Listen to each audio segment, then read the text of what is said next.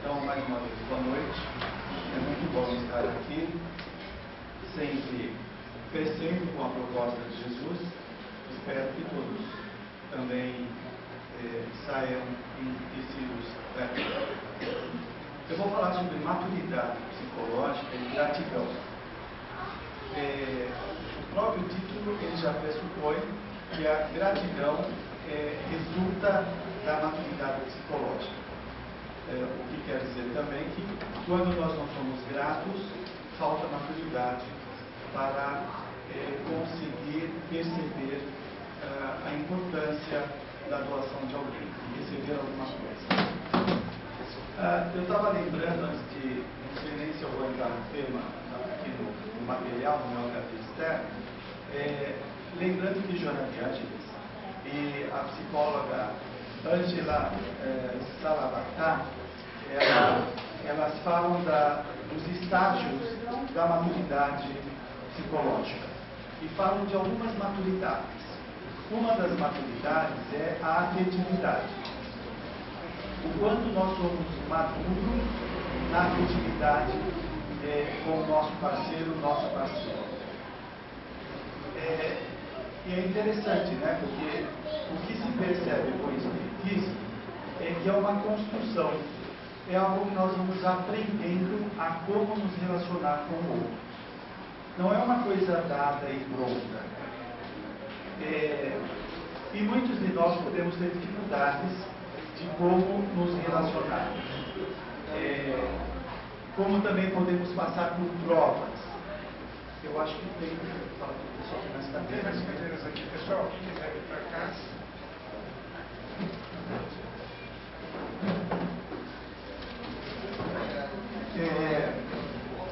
Então, todas as experiências estão nos ensinando a melhorar as nossas qualidades.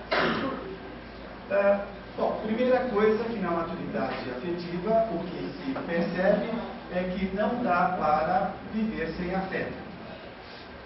Mas nós poderemos passar pela experiência de falta de afeto. Será que isso é uma opção da pessoa?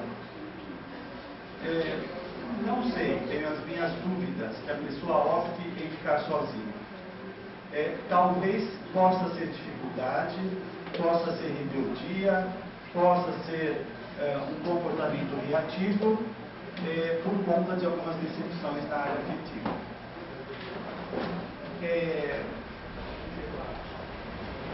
As nossas experiências, elas vão deixando marcas em nós, daquilo que nós estamos vivenciando, no qual nós vamos aprendendo a lidar com o outro, a expressar nossos sentimentos, a receber o sentimento, e isso vai trazer equilíbrio psicofísico, né? O relacionamento afetivo e a sexualidade. A sexualidade, nesse caso, praticado com sentimento.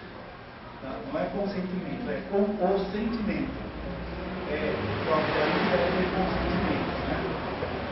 Mas o sexo que é praticado somente organicamente, ele não satisfaz.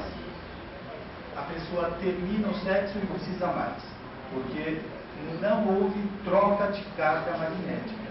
E quando tem sentimento, aí sim é trocado, então traz o saciamento. Muito bem. Experiências mostram que as pessoas que vivem sozinhas têm uma tendência maior à depressão, a contrair doenças, a ficar solitárias, porque a solidão não depende de estar com alguém ou não. Tem gente casada, tem gente que se relaciona com outras pessoas e se sentem só. Então tudo mostra que a convivência com outra pessoa é sempre melhor, mesmo havendo brigas, dificuldades, porque de alguma forma está se tornando afeto. A pessoa se sente mais segura, ela se sente mais validada, né? Essa é uma coisa interessante. O homem se sente mais homem e a mulher se sente mais mulher. Bom, como os nossos encontros não são alguma coisa que começou agora, resulta de muitas vivências então é natural que nós possamos ter dificuldades, né, no relacionamento afetivo. Joana de Ângeles fala, no livro dela chamado Constelação Familiar, que a maioria dos relacionamentos são planejados antes da reencarnação. Então, esses encontros não são fortuitos, não são acidentais. E aí entra a necessidade do afeto e também a necessidade da prova. Então, o indivíduo às vezes tem sede de afeto, mas está num relacionamento complicado. Complicado porque complicou no passado. Por isso, hoje está nessa situação tumultuada. Tem cadeira aqui, olha. Não sei se está...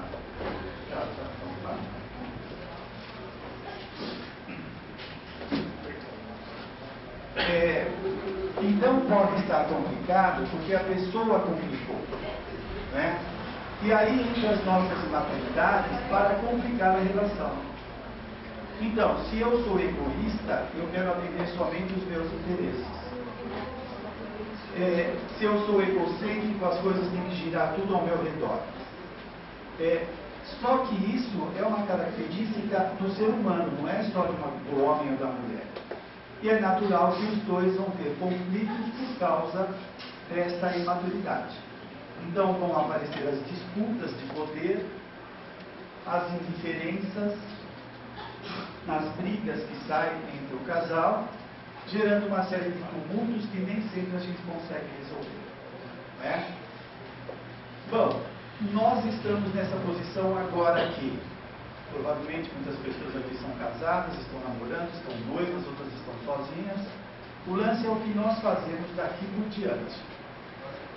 Nós sabemos então, com o Espiritismo, que o relacionamento objetiva melhorar a afetividade, o relacionamento entre as pessoas, a maturidade, a carência. Então, nós temos consciência que podemos melhorar o nosso relacionamento. Nós temos dificuldades que são naturais. É plenamente humano e normal ter dificuldades, né? Mas sabendo que nós estamos no processo de aprimoramento, o que nós podemos fazer para ficar melhor? Aprender a se doar mais, aprender a se expor mais, aprender a colocar para fora os conflitos que guardam. Como diz Freud, quando tem alguma coisa do nosso inconsciente não resolvido, por mais que nós estejamos voltados aos nossos afazeres, está tendo uma discussão interna, está tendo uma briga interna que gera conflitos, né? Então, um fica engolindo o sapo do outro, não resolve isso e fica causando tormentos que vai refletir no relacionamento através de frieza, aspereza, insensibilidade, etc, etc. Essas coisas não ficam neutras dentro de nós. Elas estão ativas e nós temos que tomar consciência disso. Bom, depois Joana de Ângeles fala também da maturidade cognitiva. A capacidade de raciocinar. Aí está ligado o pensamento, o raciocínio, a inteligência. Então é a capacidade de raciocinar em cima dos acontecimentos. Nós temos que, na medida do possível, superar o domínio das emoções. Tem gente que não pensa, só sente. Qualquer coisa que acontece, ela tem uma reação, uma descarga emocional e muitas vezes atropela os acontecimentos. A emoção aí quer dizer agressividade, irritação, mau humor, etc. E isso piora o nosso estado pessoal, gerando desequilíbrio, como o relacionamento fica perturbado. Então, a racionalidade é começar a exercitar, a ponderar. Joana de Ângeles fala que nós temos mais ou menos 15.000 anos de discernimento. Olha que interessante. Nós pensamos que é uma coisa recente, né? A gente começa agora a pensar nas nossas questões, a refinar o nosso discernimento, mas isso já vem sendo construído há muito tempo. E André Luiz fala que nós temos 200.000 anos de desenvolvimento de consciência. 200.000 anos. E, em termos de evolução, isso é muito pouco. Então, quanto mais nós exercitamos essa capacidade no enfrentamento da nossa existência, mais apurado vai ficando essa capacidade. Quando nós terceirizamos decisões, nós deixamos de usar o discernimento. Então, se você tem que tomar uma decisão e pede para alguém resolver por você, você está deixando de utilizar a sua capacidade de discernir, ou de fazer escolhas, né? De raciocinar. Então, esse exercício também tem que ser feito com o enfrentamento da nossa existência. A existência já é a matéria-prima que facilita o uso do discernimento, da nossa racionalidade, né? Não se deixar dominar pelas emoções. Agora, ao mesmo tempo, tomar contato com os sentimentos. O que eu sinto diante das experiências? Eu sinto tristeza, amor, alegria, raiva. Os sentimentos, eles costumam dizer como nós estamos por dentro. O raciocínio pode explicar. Eu briguei com alguém. Mas o que eu sinto? Tristeza. Quem está dizendo são os sentimentos. Quando eu nego os meus sentimentos, como muitas pessoas fazem na sociedade, é comum reprimir os sentimentos. Por exemplo, o homem veio chorar, expressar determinadas emoções. Nós não sabemos o que está se passando dentro de nós. Então precisamos resgatar o sentimento. O que eu estou sentindo? Às vezes o sentimento vem antes do raciocínio. Você chega perto de alguém e começa a tremer. Aquela pessoa pode ter uma representação para você que gera insegurança. Então essa tremedeira está falando alguma coisa, está dando feedback, né? E isso vai apurando cada vez mais, nós vamos dominando os nossos sentimentos, a racionalidade, e aí também vão se desenvolvendo outras qualidades, a nossa parapercepção, é uma percepção além da nossa racionalidade, que é uma intuição, pode ser a intuição também. O indivíduo percebe coisas extrafísicas, acontecimentos fora do tempo, a sincronicidade, etc. Primeiro, nós temos que desenvolver bastante a nossa racionalidade, o nosso modo de lidar com a vida, para que essas outras faculdades sejam desenvolvidas. Não que impeçam, não impede de desenvolvê-las, mas às vezes o indivíduo não consegue prestar atenção, né, nessas capacidades, porque ele está tão atordoado, tão machucado, que ele não consegue perceber. A mente dele está tão focada numa monoideia, numa ideia obsessiva, que ele perde a capacidade de observar o outro. Outra maturidade que precisamos desenvolver é a nossa sociabilidade. É a capacidade de se relacionar com os outros. Isso é imprescindível. Ninguém evolui sozinho. Aquelas pessoas que dizem que gostam de ficar sozinhas, que elas não gostam de muita agitação, que não têm interesse nas conversas, etc. Isso é uma defesa psicológica de uma dificuldade. Esse afastamento, esse ensimesmamento, faz com que o indivíduo perca a possibilidade de perguntar valores, afetividade, que é muito importante, né? E a pessoa pode adoecer. Você pega uma pessoa com fobia social, que ela mal consegue comer na frente de outra pessoa. Determinadas fobias que impedem a pessoa de ter uma interação social. De ir no supermercado, agora fobia, por exemplo, medo de lugares abertos. Agora você veja, não é a situação, por exemplo, o lugar aberto, muitas pessoas, não é a situação que está gerando o medo, a fobia. São experiências ancestrais pode ser nessa vida, na infância, na adolescência, na vida passada, que traz o tormento na pessoa. Então, ela teve vivências no meio de multidões, ou qualquer que seja a experiência, que fica de tal forma marcado que hoje se apresenta como restrição, como uma fobia, um medo, um transtorno.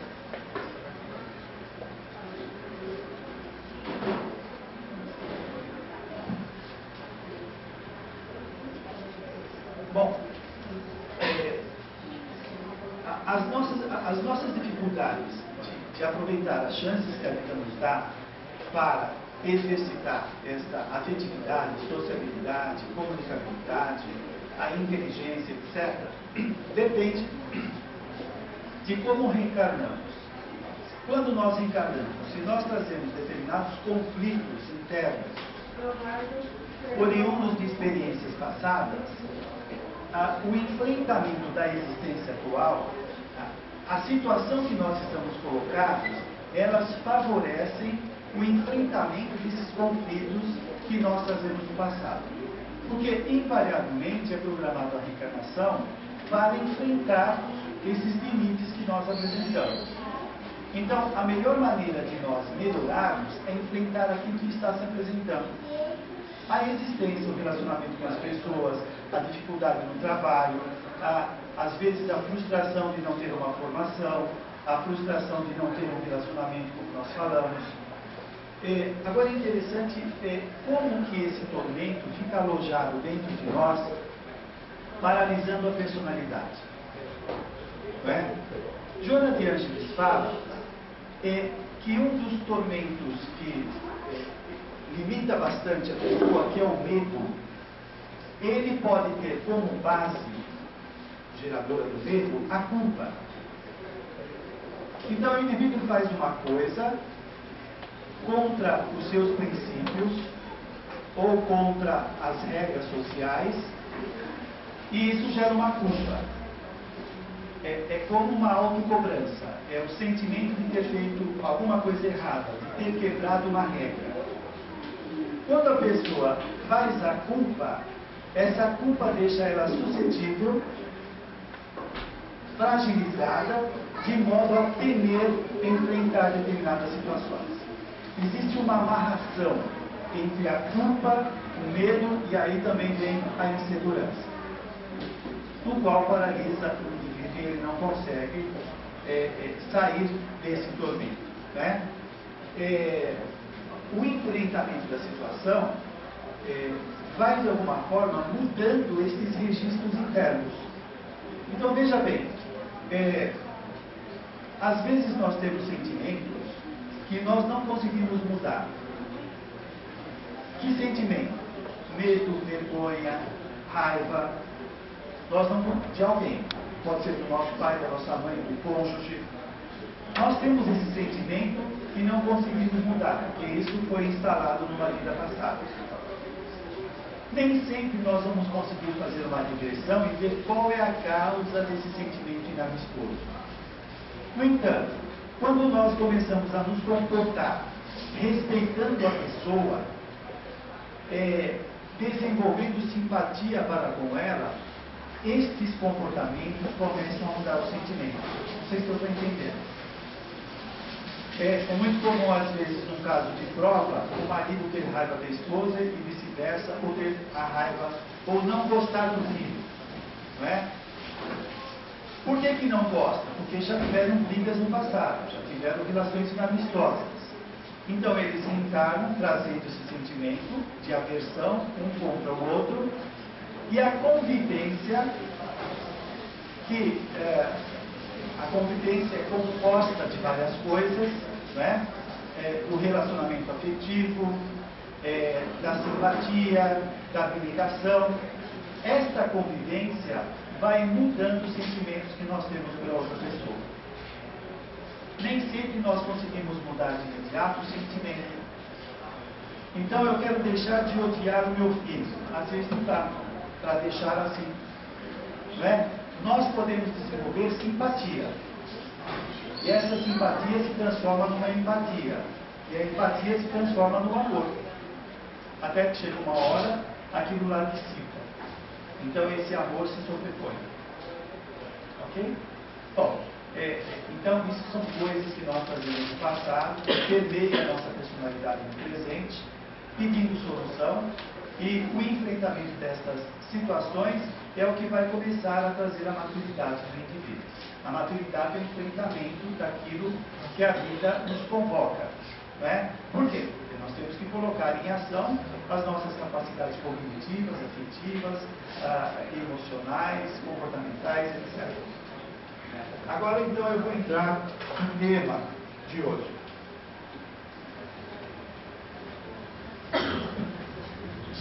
Eu já falei isso daqui, para quem já escutou, é para reforçar. Para quem não escutou, é uma colocação de Joana de Ângeles sobre os sentimentos elevados. Diz ela: à medida que os sentimentos superiores da alegria e da gratidão acossam o ser do indivíduo, curam-se os males que o afligem. Olha que interessante. Quando nós adotamos, então, sentimentos superiores, como alegria, gratidão, felicidade, esperança, etc., esse estado emocional de ampliação de sentimentos elevados faz com que os nossos conflitos sejam resolvidos, sejam superados. Então, assim, o que se pressupõe é que na expansão da consciência, da nossa cognição, nós passamos a ter um grau maior de compreensão sobre os nossos conflitos. Nós temos alguns conflitos que são caprichos, são manhas, são artifícios para manipular os outros. Por exemplo, vítima, a pessoa que se faz de vítima. Às vezes é confortável se fazer de vítima, por quê? Porque recebe colo. Às vezes o indivíduo, que nem a Gestalt terapia, fala que muitas vezes nós nos fazemos de pseudo-idiota.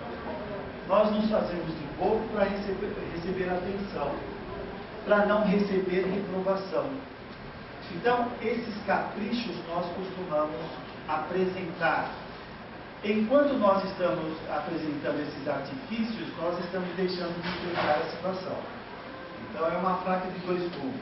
Se o indivíduo tem algum ganho, ele perde também. Bom, mas a proposta da Joana de Ângeles de falar dos sentimentos elevados, eu vejo como uma ruptura do modelo patológico da sociedade, principalmente da visão psicanalítica, que eu gosto da psicanálise, mas ela tem uma visão bastante negativa do ser humano, não é? Eles têm uma visão muito materialista, no qual eles acreditam que nós não podemos escapar da angústia, do sofrimento. Eles não deixam de ter razão na visão materialista, porque para eles o ser humano, a sociedade, não vai mudar muito daquilo que já está instalado. Mas na visão encarnacionista, nós sabemos que o nosso estado atual é provisório, é passageiro. Esse nosso estado de perturbação não é por causa da condição humana, é por causa da nossa maturidade evolutiva. Falta de experiência, falta de evolução. Então é natural que nós tenhamos dificuldades de enfrentar situações porque não temos repertório, não temos gabarito para lidar com algumas coisas. À medida que vamos enfrentando, nós vamos desenvolvendo esse repertório. Aí nós ficamos aptos, nós vamos desenvolvendo aptidões, valores, várias capacidades que nos habilitam a enfrentar as várias situações. Então veja, se você está se remoendo, está se debatendo com determinado problema que você não encontra solução no momento, isso é temporário. É temporário. Faz parte de prováveis escolhas que você tenha feito, podem ser provacionais, algumas vezes são expiações que trazemos do passado, são limites que nós trazemos, mas são todos temporários. À medida, então, que nós alimentamos sentimentos superiores, nós começamos a sair dessa zona tumultuada, perturbadora, das emoções doentias e começamos a enxergar. Aí o Espiritismo, há muito bem falando, dos bons pensamentos, da oração, da prece, da boa convivência com os outros, do perdão, etc, etc. Isso não é para nós sermos bonzinhos, é para nós nos equilibrarmos, para amadurecermos, né? Não é para nós, também não é uma barganha que nós estamos fazendo com Deus. Olha, eu fico bonzinho, eu trato bem os outros e eu tenho um lugarzinho no céu. Isso não existe. né? Nós temos que melhorar para a satisfação pessoal. Não é para ter alguma gratificação posterior, é para começar já a desfrutar dessas condições. Bom, e aí Joana de Ângeles vai dizer que vai curar os males que o afligem, libertando dos conflitos que deterioram o comportamento, facultando-lhe aprofundamento da perspicácia, da compreensão da vida e da sua finalidade. Ou seja, quando nós alimentamos esses sentimentos elevados, melhora a nossa perspicácia sobre a vida. Nós vemos melhor, enxergamos melhor. Nós ficamos mais assertivos, ficamos mais sociáveis, ficamos mais amorosos. Tudo melhora em nós. Eu estava escutando uma pessoa no dia falar que ela entrou num estado de amor por todo mundo, que ele falou o seguinte: olha, eu estava num estado de exaltação, que eu saía na rua, eu abraçava o poste e chamava de meu amor. Quando o indivíduo entra nesses estados elevados, desaparecem as barreiras, a timidez, a vergonha do outro, o medo do que o outro vai falar de nós. Tudo isso daí faz parte dos nossos conflitos pessoais. Não é da natureza humana. A natureza humana é divina. Isso faz parte de maturidade, que vai sendo superado. Né? Então, esse esforço para melhorar o nosso estado emocional vale a pena. Vale a pena porque nós saímos desse empobrecimento perceptual de achar que o mundo conspira contra nós, e que as pessoas não gostam, e que estão nos perseguindo, a paranoia. Que o indivíduo não percebe que isso são tormentos pessoais. Tormentos pessoais. Quando nós ficamos detidos nessas emoções perturbadoras, nós entramos em sintonia com espíritos totalmente desequilibrados, espíritos que estão no nosso encalço, muitas vezes, e que vão perturbar realmente o nosso modo de pensar a vida. E vão jogar negatividade na nossa cabeça, fazendo a pessoa desistir de lutar, de ter esperança, começa a entrar no alcoolismo, no uso da droga, se afasta dos outros, enfim, ela vai caindo numa espiral descendente, ela vai caindo. Nós temos que entrar numa espiral ascendente, confiança, melhorar. Nós vamos inevitavelmente sair dessa condição que nós estamos, depende do esforço que nós façamos. Então, se você já está crente, convicto de que você vai ser sempre assim, isso é uma falácia, isso vai mudar. Bom, depois diz Joana de Ângeles que tudo quanto antes se lhe afigurava desafiador, difícil, se transformou em continente conquistado, quando o indivíduo alimenta os sentimentos superiores. Então, tudo aquilo que era obstáculo, dificuldade, se torna um continente conquistado. Nós já temos domínio sobre aquilo lá. Então, a nossa participação na vida se torna mais íntegra. O indivíduo, usando a linguagem do Jung, ele está individuado, ele se tornou ele mesmo. Ele não é mais joguete das forças sociais. Ele começa a andar com as próprias pernas. Ele sabe para onde vai. A pessoa conflitada, ela não tem referência. Ela faz o que todo mundo faz. Ela se nivela por baixo.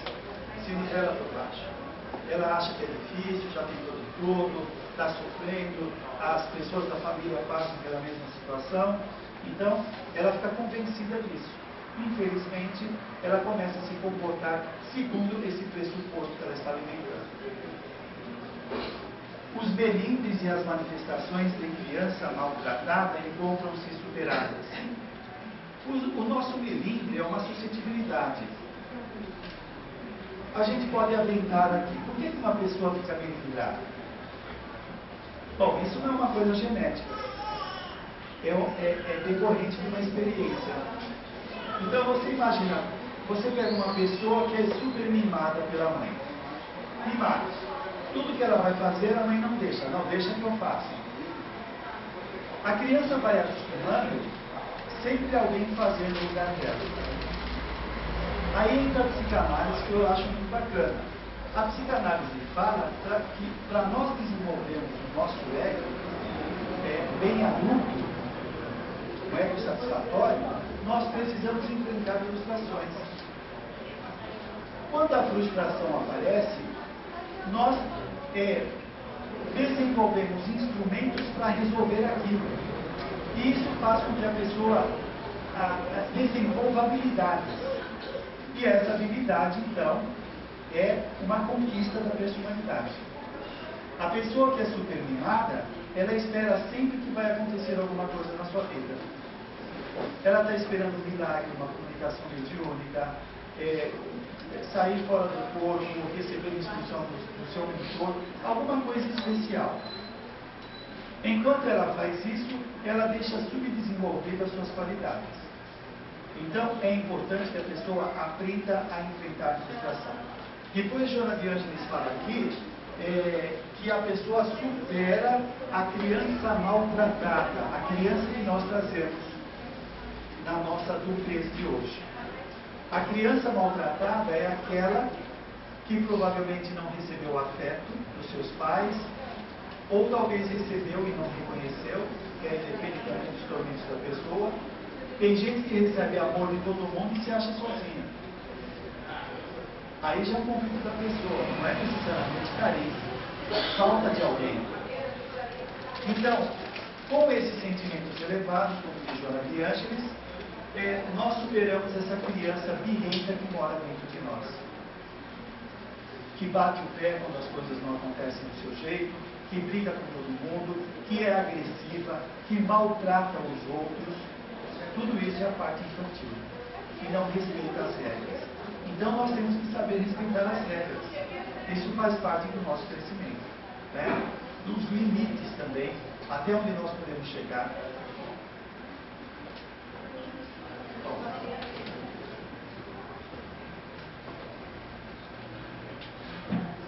Eu tenho a impressão que o microfone está baixo, mas não está. Aí atrás da luz está bem, tá?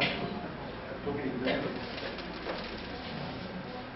Bom, Joana de Ângeles fala então que o indivíduo vence as síndromes, conjunto de sofrimento interno, que agora facultam a espontânea alegria de viver. O indivíduo supera essa síndrome, esse conjunto perturbador que ele carrega dentro dele, e à medida que isso é resolvido, é tirado para fora, ele começa a ter essa alegria de viver, como diz a benfeitora. Nós já falamos em outras oportunidades, e dentro dessa linha de pensamento, nós não vemos a alegria ou a felicidade somente como uma coisa que vem de fora. Né? Porque essa é a visão materialista consumista, que apregou em nossas cabeças que consumindo, comprando bastante coisas, nós temos muitos prazeres. Só que é um prazer dependente da grana. Quem não tem grana vai ser infeliz. Então, isso não é democrático. Não é? Isso é perverso. Muito bem. Então, quando nós vamos colocando para fora esses tormentos, isso é um aprendizado que nós temos que ter. O Jung chama isso de confessar. Nós temos que nos confessar. Se você tem uma coisa que você guarda internamente, que te aflige, e você não consegue contar para ninguém, conta para o espelho do banheiro. Vai no espelho do banheiro e fala com ele. Olha, eu estou com raiva da minha mãe, da minha esposa, do meu marido, do meu chefe, porque eu acho ele um cretino, ele me humilhou, ele me fez isso, me fez aquilo. O indivíduo está fazendo aí uma catarse, está colocando para fora. Porque se ele não coloca para fora, isso daí dentro dele vai gerando uma série de preocupações. Não é? Pois não. Quando o outro aponta com um jeito, não adianta muito, né? Aponta isso. Acho que não adianta muito, não.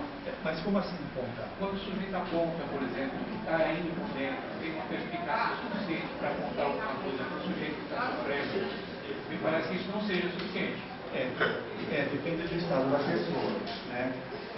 Se a pessoa está perturbada, ela não consegue ver, enxergar, não consegue apreciar nada, né? E muitas vezes é um processo de autodescoberta. o indivíduo toma contato com a sua própria experiência. Às vezes ela precisa da dor, o sofrimento, a angústia, para ela querer sair daquilo. E Joana de Ângeles fala que em algumas situações a pessoa precisa do sofrimento. É um paradoxo. Nós estamos falando de alegria, de felicidade, mas por que precisa do sofrimento? Porque ela não consegue se desligar da situação. Tem um caso do André Luiz muito interessante. Já leram o André Luiz?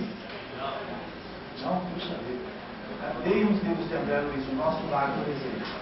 No livro Nosso Lar, tem um homem que, quando estava encarnado, ele era super apegado ao corpo. Super apegado. Ele não dava muita importância para os outros e somente para si mesmo. Quando ele desencarnou, ele ficou preso no corpo. É o que acontece muitas vezes com os materialistas. Os vermes comendo a carne dele foi o que conseguiu expulsá-lo do corpo. Ele precisou disso. E ele era divertido para se desligar do corpo, mas ele não fazia. E quando ele está internado no hospital espiritual de Nosso Lar, ele, em determinados momentos, ele tem surtos. Ele começa a gritar que um monstro está aparecendo. Olha o monstro, olha o monstro. E André Luiz, que é novato na vida espiritual, pergunta, mas eu não estou vendo nenhum monstro. O que está acontecendo? E a enfermeira espiritual fala, o monstro que ele está vendo é o corpo dele em decomposição. Ele ficou tão impressionado de ver o corpo se transformar, e o corpo era a identidade dele. Olha isso, gente. A identidade do indivíduo, às vezes, é o corpo. O corpo era a identidade dele. De repente, a identidade dele se decompôs, se putrefou. Olha que coisa louca. O materialismo não dá conta disso. Ao contrário disso, incentiva que a pessoa dê valor ao seu corpo. Não é que o espiritismo é contra o corpo, não. O corpo é um instrumento bendito de transformação, de crescimento. Ele é muito bem-vindo. Mas o problema do materialismo, para vender os seus produtos, faz as pessoas terem o corpo como identidade.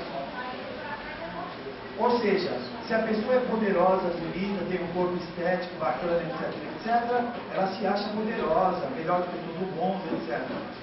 Quando esse corpo entra em doença, a identidade da pessoa vai embora. Né? Aliás, esse é um exercício de apego e desapego que nós temos que fazer constantemente. A vida sempre está trazendo para nós experiências de apego e desapego.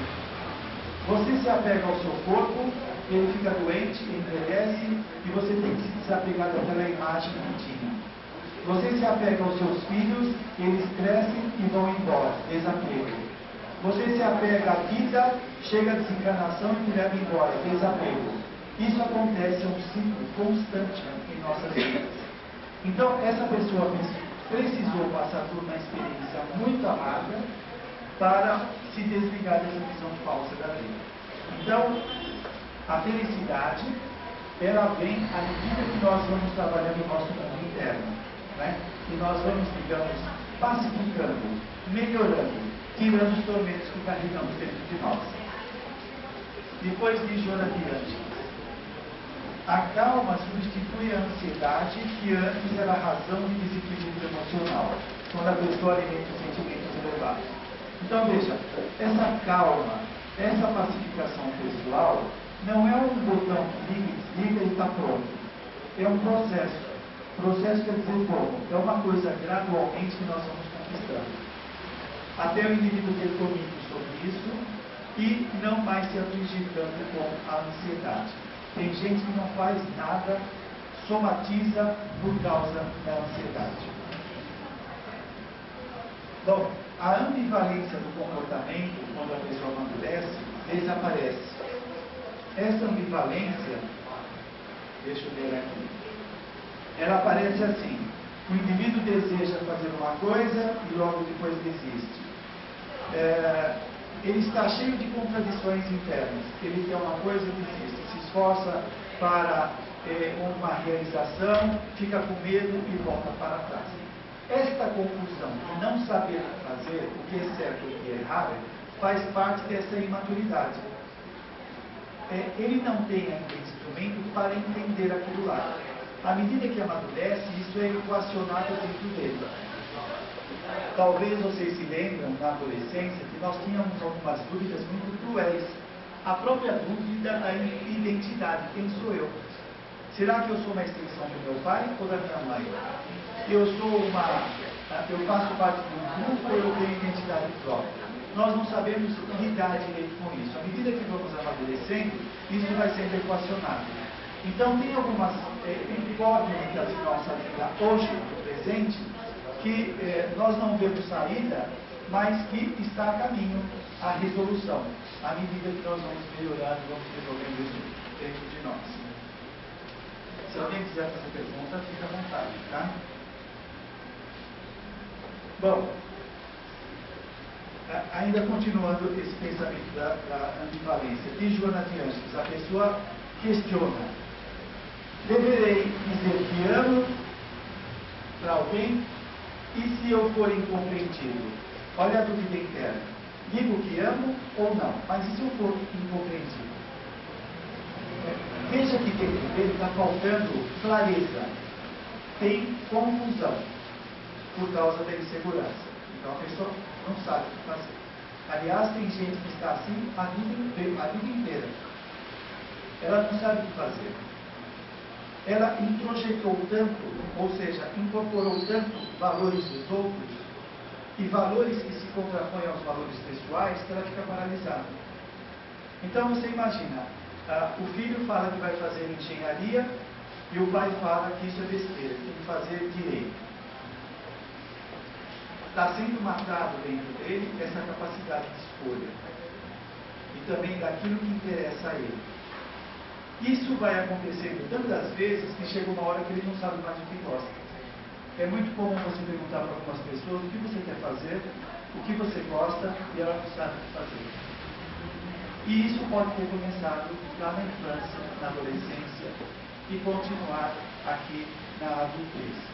Aí é preciso resgatar o eu, sair da identificação dos pais. Porque às vezes nós estamos tão identificados, tão ligados, mesmo que inconscientemente, que parece que é uma extensão do pai ou da mãe. O indivíduo pensa como eles pensam, não tem pensamento próprio. Né? Então precisa se desidentificar, encontrar o próprio eu. O que eu gosto? O que eu quero?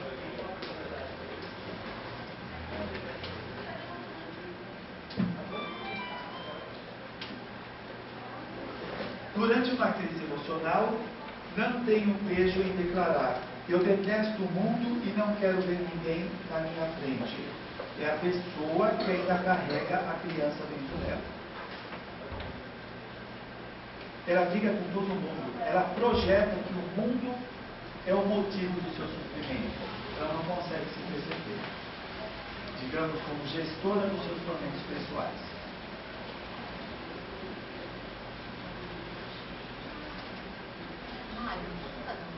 Pois não. Você falou que muitas pessoas elas estendem o jeito de ser pensar dos pais. E então seria muito importante que a gente assumisse, seja o que for, né, da nossa vontade, do nosso pensamento, mesmo que não condizesse com o que o outro pensa. Por exemplo, um filho que não gosta de estudar, se vitimiza de algum problema que ele tem, e às vezes pode ser uma falta de coragem de assumir que tem preguiça, que não dá fim, que não é aquele momento, né? Mesmo ele tendo consciência de que precisa fazer algo, né, na vida para se ocupar, porque ninguém vem aqui a passeio, né? Mas eu acho que seria importante, então, que nós aceitássemos, seja o que for. Por exemplo, eu não quero trabalhar, não quero estudar e ponto, né? Porque aí o outro não fica se atormentando também, porque isso gera culpa, né? As pessoas podem estar ajudando, querendo ajudar, achando que é por culpa dos pais, alguns pais se culpam, porque onde foi que eu errei, né? A pessoa não quer nada com nada, e às vezes a pessoa não quer nada com nada, né? Pode ser isso também. Pode. Digamos que a pessoa pode estar cheia de dúvidas também, né? Agora... Ou não queira mesmo, né? É um folgado também. Tem uma variável aí que a psicanálise fala, o Jung fala, né? Que nós temos ideias dentro de nós, inconscientes, que sem que nós saibamos, está dirigindo nossa vida. Então, quando fala, eu vou seguir do jeito que está, eu vou fazendo... Às vezes, nós estamos repetindo o passado. Então, tem que prestar atenção nisso. Aí, a necessidade do autoconhecimento. O que eu estou fazendo é uma coisa genuína, ou seja, eu escolhi isso, é uma opção racional, ou é uma escolha que já foi feita anteriormente, sem a minha participação. Então, pode ter uma ideia projetada do pai ou da mãe, que o indivíduo está seguindo sem saber. Ou que tenha ideias, vozes dentro do indivíduo, dos seus avós, dos seus tios, dos seus parentes, do seu chefe, etc. Isso pode acontecer. E não só isso, nós poderemos ter vozes internas de vidas passadas, que nós transferimos os hábitos de uma para outra vida. Então, se o indivíduo numa vida passada ele foi mal sucedido na afetividade, ele gerou muito problema na cabeça do sexo oposto, ele se valeu disso para tirar prazeres, etc, etc, e ele fica com essa área doente, conflitada.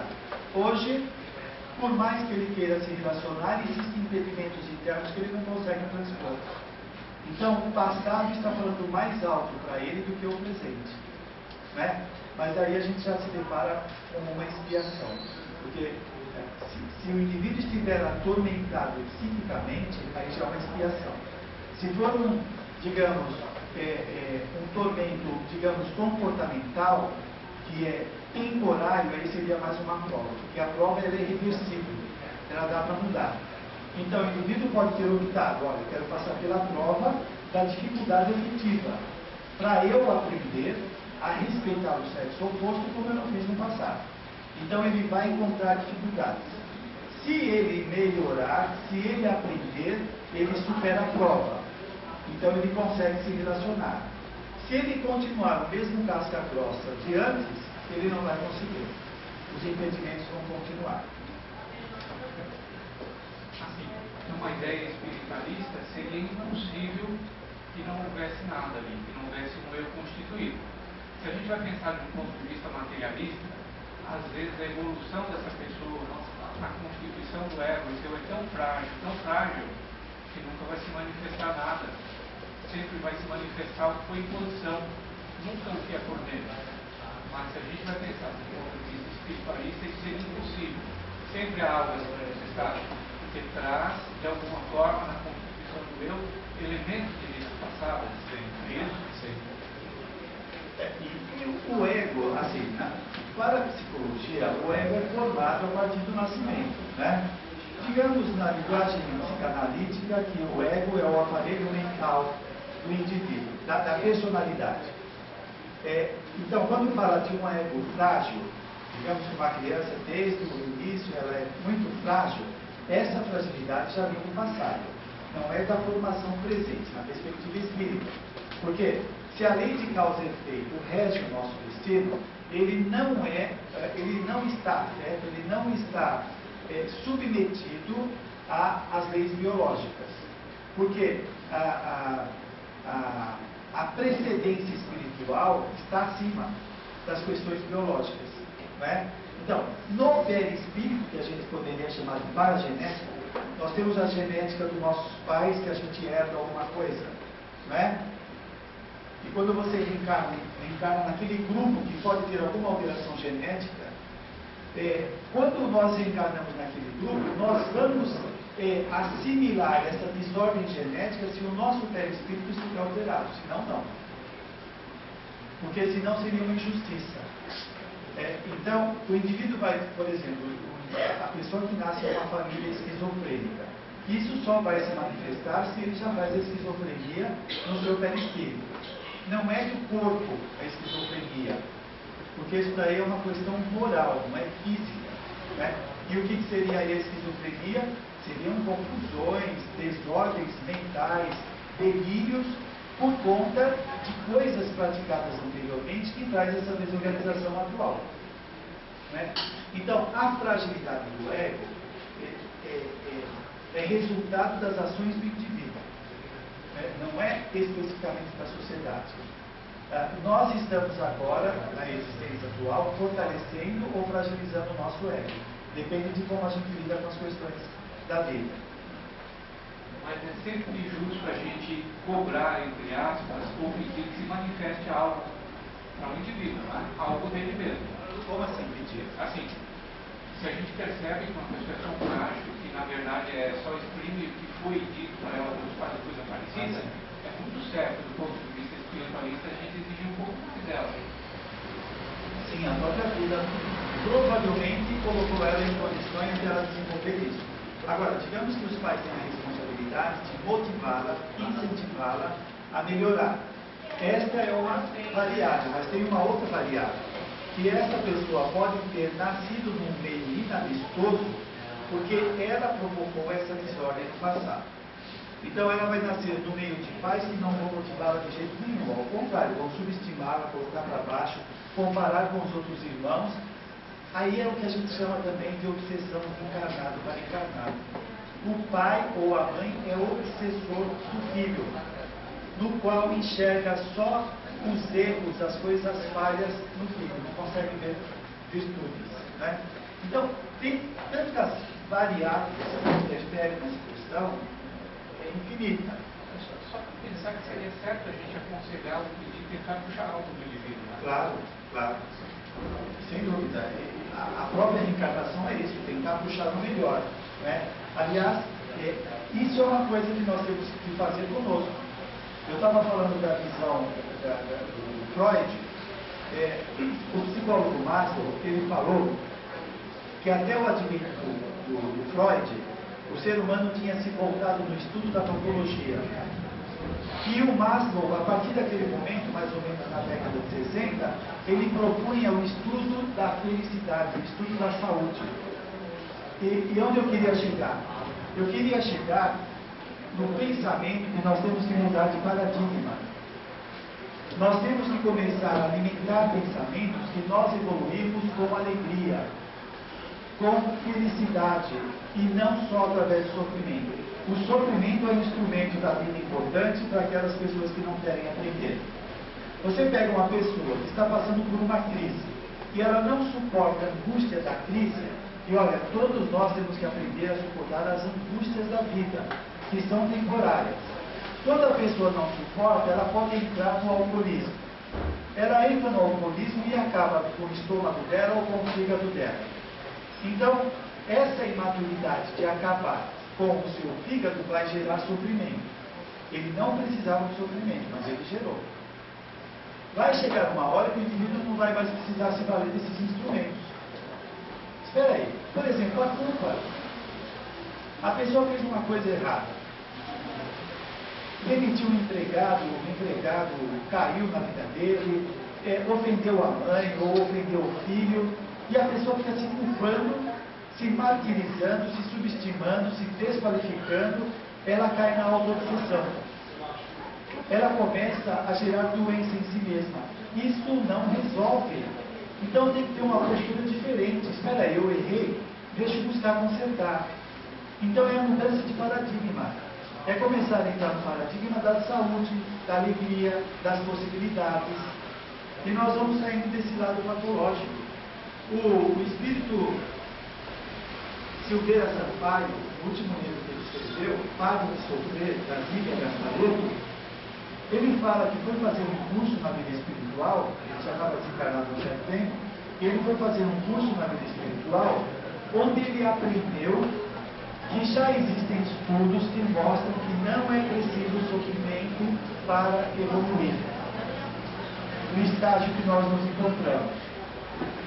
Joana de Ângeles fala que à medida que nós evoluímos, nós não precisamos mais desses instrumentos de sofrimento, que vão aparecendo outros mais eficazes para ajudar no nosso impulso evolutivo. Então, é a mudança pessoal, é começar a acreditar. Né? você fez uma coisa errada, em vez de se jogar para baixo e se qualificar como lixo, reconheça a sua humanidade. Por que eu errei? Porque eu sou ser humano. Porque eu não sou onipotente. Porque eu não sou Deus. Porque eu sou uma pessoa que tem altos e baixos. Por isso que eu errei. Eu errei, agora vou buscar reparar, em vez de se colocar para baixo. Então, é uma reflexão. Bom, nosso tempo acabou. Agradeço. Espero que tenha sido as nossas reflexões. Boa noite.